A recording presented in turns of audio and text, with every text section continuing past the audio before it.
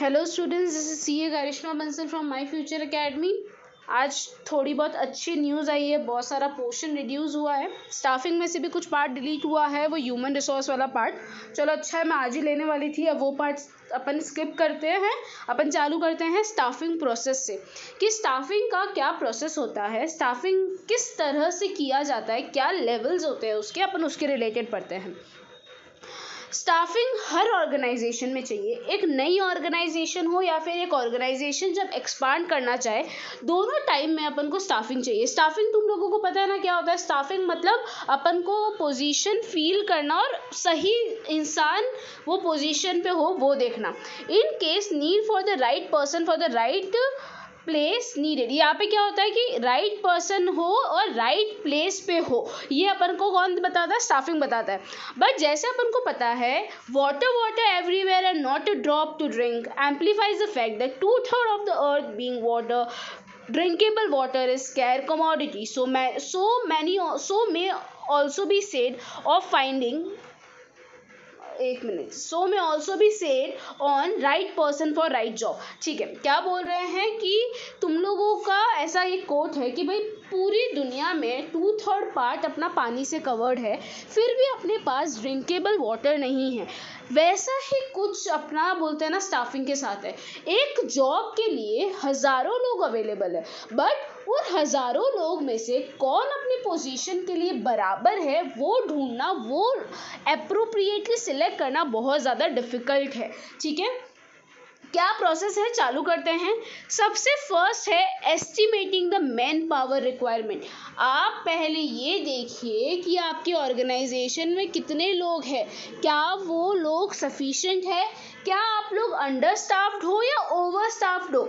ये सारी चीज़ें पहले एनालाइज कीजिए, फिर आपको पता चलेगा यार आपको कितने लोग रिक्वायर्ड है।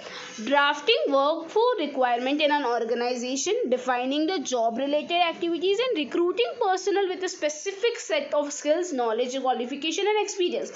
Workforce analysis would enable an assessment of number and type of human resource necessary for performance of various jobs and accomplishment of organization objective. Such activity would reveal whether we are understaffed, overstaffed और optimally staffed। क्या बोल रहे हैं भाई, अपन को अपनी organisation का सारी चीज़ें की ड्राफ्टिंग कर लो कि भाई आपको किस जॉब के लिए लोग चाहिए, वो उस जॉब के लिए आपको कैसे स्किल्स वाले लोग चाहिए, उसके बाद आपके पास कितने लोग अवेलेबल हैं, नंबर ऑफ एम्प्लॉयज़ अवेलेबल।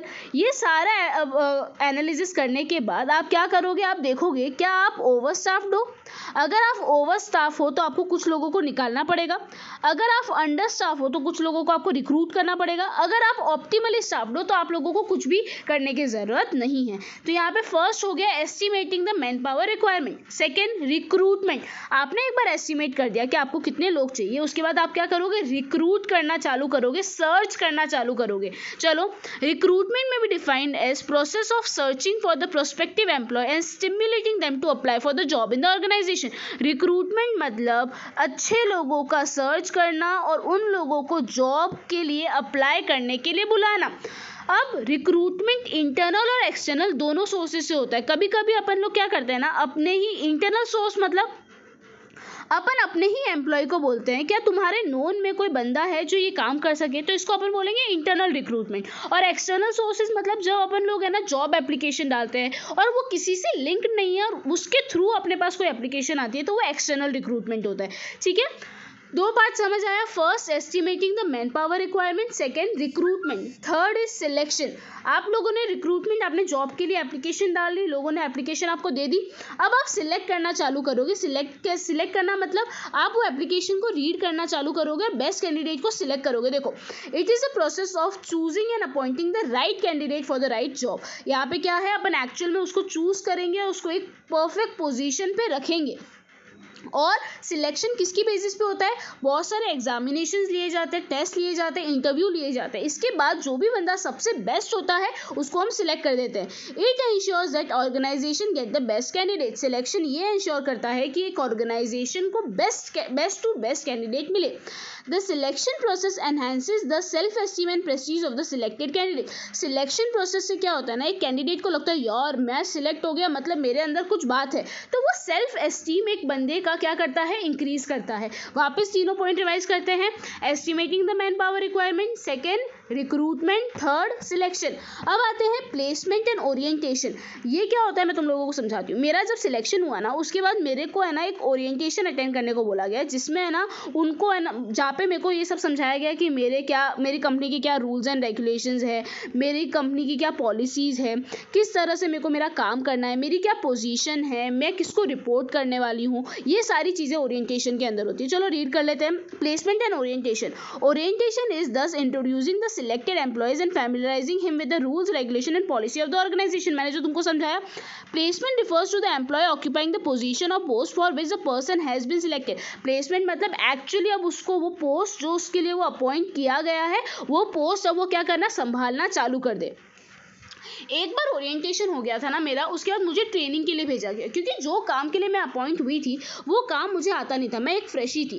तो और ऐसा ज़रूरी नहीं है सिर्फ एक फ्रेशर को ट्रेनिंग की ज़रूरत है, इवन एक्सपीरियंस बंदों को भी बोलते हैं ना ट्रेनिंग की ज़रूरत पड़ती है, क्योंकि हर ऑर्गेनाइजेशन का एनवायरनमेंट अलग अलग होता है। तो वो पर्टिकुलर एनवायरनमेंट में किस तरह से काम करना है, उसके लिए आपको हर किसी बंदे को ट्रेनिंग तो देनी पड़ता है। Training and development. Systematic training help in increasing the skill and the knowledge of the employee and familiarising him with the rules, regulation and policy of the organisation through various method. अगर आप लोग एक proper training दोगे तो आपकी जो बोलते हैं ना एम्प्लॉय है, उसकी जो स्किल है, नॉलेज है, वो प्रॉपर रहेगी। मोर ओवर वो फैमिलियराइज होगा कि आपके कंपनी का वर्किंग एनवायरनमेंट कैसा है, आप किस तरह से काम करते हैं, आप किस तरह से काम करना चाहते हैं, करवाना चाहते हैं, हर चीज़ के बारे में। Development involves growth of an employ in all aspects such as performance, knowledge etcetera. Development मतलब ट्रेनिंग एंड डेवलपमेंट। अपन लोगों को ये देखना है कि अपने बंदे को अपन ट्रेनिंग देने के बाद वो कुछ डेवलप करे। डेवलप्ड इन टर्म्स ऑफ उसकी नॉलेज, उसकी स्किल्स, हर टर्म में वो थोड़ा बहुत क्या करे, डेवलप करे। आगे आते हैं परफॉर्मेंस अप्रेजल। परफॉर्मेंस अप्रेजल मतलब हम लोग हमारे एम्प्लॉय की करंट और पास्ट परफॉर्मेंस को इवेल्युएट करते हैं और एक स्टैंडर्ड सेट करते हैं कि तेरे को इतना काम तो करना ही है।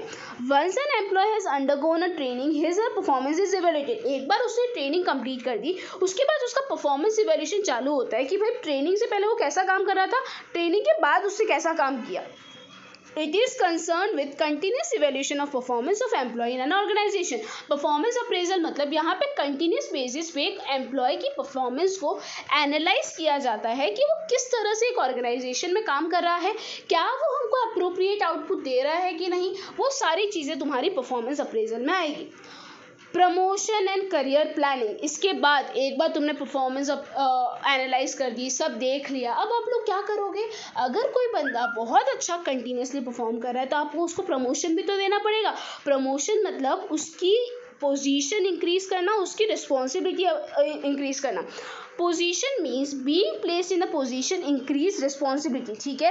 प्रमोशन मतलब अपन लोगों को उसकी पोजीशन इंक्रीज करना है ताकि उसकी रिस्पॉन्सिबिलिटी भी इंक्रीज हो। Position and career planning is very important to boost the morale of employ and motivate them to utilize their full potential. ऐसा बोल रहे हैं प्रमोशन और करियर प्लानिंग कि भाई हमको करियर में किस तरह से आगे बढ़ना है, 3 से 4 साल बाद मुझे कौन सी पोजीशन पे होना है। ये सारी चीज़ें प्रमोशन और ये सारी चीज़ें एक एम्प्लॉय को मोटिवेट करती है उसका 100% देने में। अगर कोई बंदा 4-5 साल से एक ही पोजीशन पे काम कर रहा है तो वो कभी मोटिवेट ही नहीं होगा क्या करने के लिए, तुम लोगों के लिए और वर्क करने के लिए, क्योंकि तुम लोगों ने उसको प्रमोट ही नहीं किया, एनकरेज ही नहीं किया। आया समझ। Last part compensation. कंपेंसेशन मतलब पेमेंट। तुम लोगों ने उसको प्रॉपर कंपेंसेशन दो, प्रॉपर पैसा दो ताकि वो और अच्छे से काम करे और उसकी परफॉर्मेंस को इवैल्यूएट करके अगर तुमको लगे कि उसको कुछ इंसेंटिव्स देने चाहिए, कुछ बोनस देना चाहिए, कुछ कमीशन देना चाहिए तो वो भी दो। एक बार रिवाइज कर लेते हैं 8 पॉइंट। सबसे पहले estimating the man power requirement, second हो गया रिक्रूटमेंट, थर्ड हो गया सिलेक्शन, सिलेक्शन के बाद उसको प्लेस करेंगे, प्लेस करने के बाद उसको क्या देंगे, ट्रेनिंग देंगे, ट्रेनिंग देने के बाद उसकी परफॉर्मेंस को इवैल्यूएट करेंगे, परफॉर्मेंस इवैल्यूएट करेंगे, उसके बाद उसको प्रमोशन देंगे, प्रमोशन देने के बाद क्या होगा, तुम्हारा लास्ट कंपेंसेशन मिलेगा। कंपेंसेशन मतलब जो कंपनी अपने एम्प्लॉय को कुछ भी देती है वो सारी चीज़ें क्या होती है, कंपेंसेशंस होती है। ओके स्टूडेंट्स, ये पार्ट अपना खत्म हुआ।